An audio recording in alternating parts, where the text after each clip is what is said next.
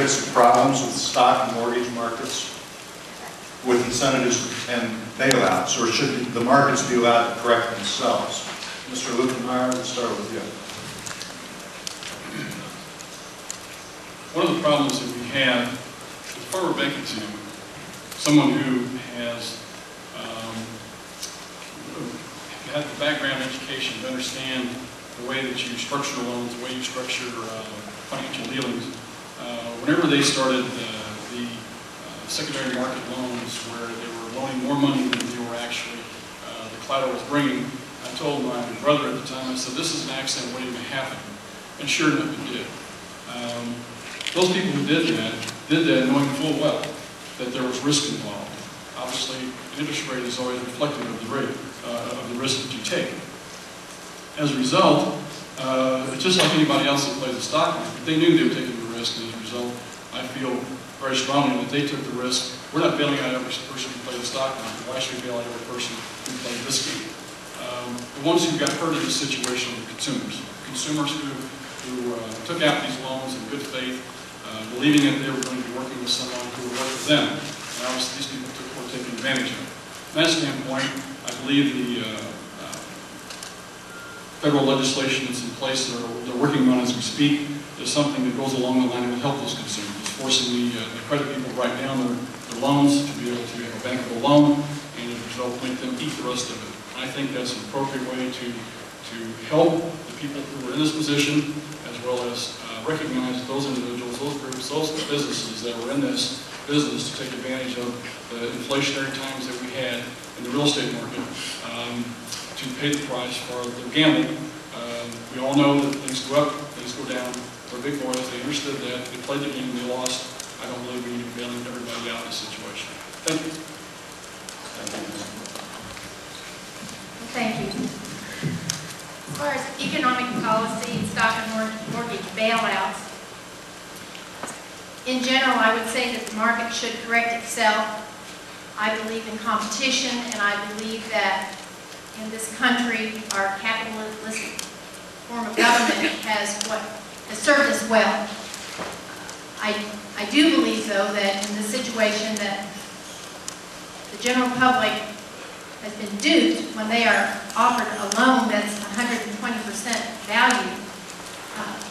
It just will not work. And so the lending institutions that took part in that were very knowledgeable, knew what they were doing, and did so, I believe, in a disingenuous manner and should be punished for that. However, I also hate to see the general public suffer from that. So in this instance, I would be in favor of helping those who have procured those loans that are practically impossible to deal with the way they were structured, and allow a restructuring. But in the future, I would hope that after having had their hands smacked for doing so, that this would not continue. And again, I underscore, I believe that stock and mortgage bailouts should correct themselves generally. Thank you.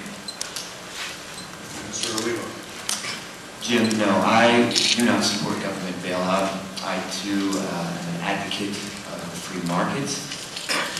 I think it sets a bad precedent, and they're referring to the mortgage crisis. I don't believe that. I mean, I know folks have pointed to predatory lending, but I don't believe that those people should be punished. Instead, I think we should look to maybe bolster financial literacy.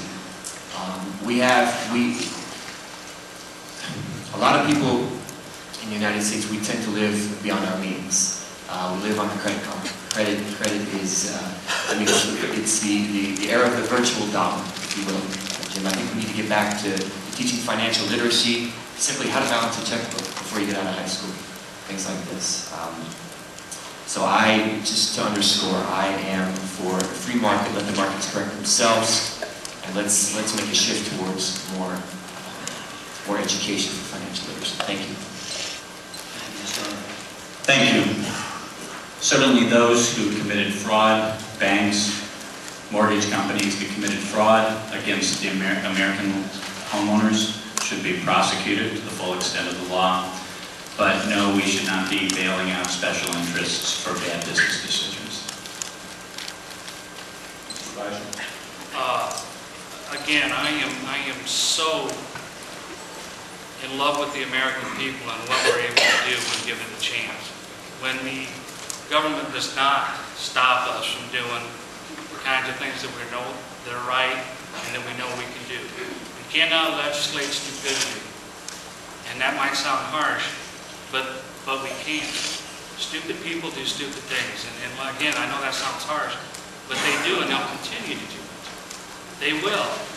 But criminal acts, when everyone knows, almost everyone knows, and I agree with Brock, maybe we do need more education on that only a certain percentage of your money can go towards house, car, food. We know that. We learned, a lot of us learned that in junior high and high school.